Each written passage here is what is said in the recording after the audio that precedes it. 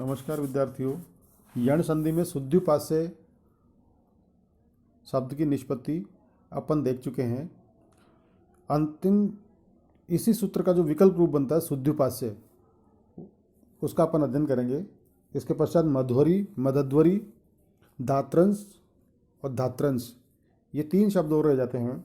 प्रथम शुद्ध्युपास्य में शुद्धि प्लस उपास्य ऐसी स्थिति आने पर इको यणची सूत्र से इक के स्थान पर यण आदेश, तस्मिन् इति निर्दिष्टे पूर्व से इस सूत्र से ई के स्थान पर यह आदेश प्राप्त होता है, और स्थाने अंतरतम सूत्र से ई के स्थान पर यह यथासंख्यम अनुदेशे समानाम सूत्र से समसंख्यक आदेश होता है। तो सु ध य उपास्य ऐसी स्थिति आने पर संयोगांत से लोप सूत्र प्रवर्त होता है, उससे संयोगांत पद का लोप प्राप्त होता है।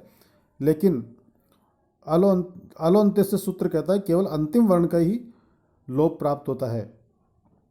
और यण प्रतिषेधो वाच्य कहता है कि यदि यण प्रत्याहार का कोई वर्ण पदांत में हो, पद के अंत में हो, तो उसका लोप नहीं होता है। ऐसी स्थिति में सु ध य उपास्य और अज्झिनम परेण संयोजम सूत्र से उसका मेल करने पर, मिलाने पर शुद्ध्युपास्य रूप सिद्ध होता है। इस प्रकार से यण संधि में जो अपन ने शुद्ध्युपास्य उदाहरण दिया था, उसके दो रूप बनते हैं, शुद्ध्युपास्य और सुदध्युपास्य।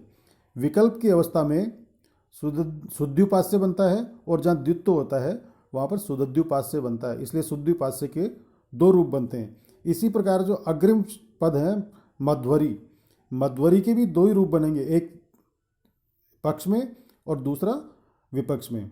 मदध्वरी, पहला देखिए इसका विच्छेद करेंगे मधु प्लस अरि, अर्थात मधु नामक जो राक्षस है उसका दुश्मन यानी भगवान श्री कृष्ण का ये पर्यायवाची शब्द है।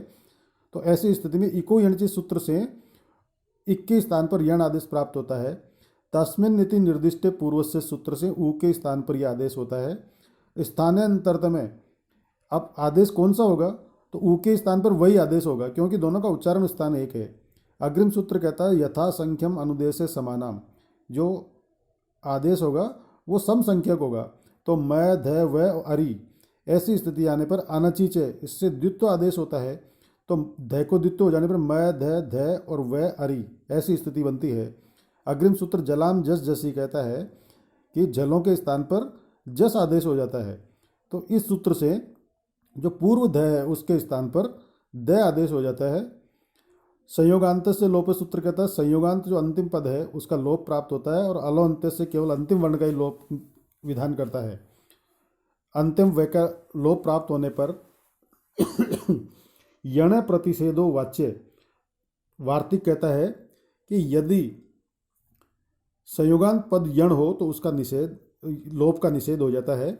और मैं ध व और अरि ऐसी स्थिति बने पर अज्जिनम परेण संयोजम सूत्र से संयुक्त होने पर मदध्वरी रूप सिद्ध होता है। विकल्प के स्थिति में दूसरा रूप मध्वरी बनता है। इसका विग्रह करने पर मधु प्लस अरि अर्थात इको यणची सूत्र से इक के स्थान पर यण आदेश, तस्मिन् इति निर्दिष्टे पूर्व से ऊ के स्थान पर आदेश प्राप्त होने पर स्थाने अंतरतम सूत्र से वह आदेश प्राप्त होता है। इस यथासंख्यम अनुदेश समानाम, इस सूत्र से ऊ के स्थान पर वही आदेश होता है। संयोगांत से लोप सूत्र से संयोगांत जो पद है उसका लोप प्राप्त होता है, और ओलावंत्य से सूत्र से अंतिम व का लोप होता है। यण प्रतिषेध वाच्य पुनः उसका निषेध कर देता है। तो मैं ध व अरि अज्जिनम परेण संयोजम सूत्र से इसको संयुक्त करने पर मध्वरी रूप सिद्ध होता है। धन्यवाद।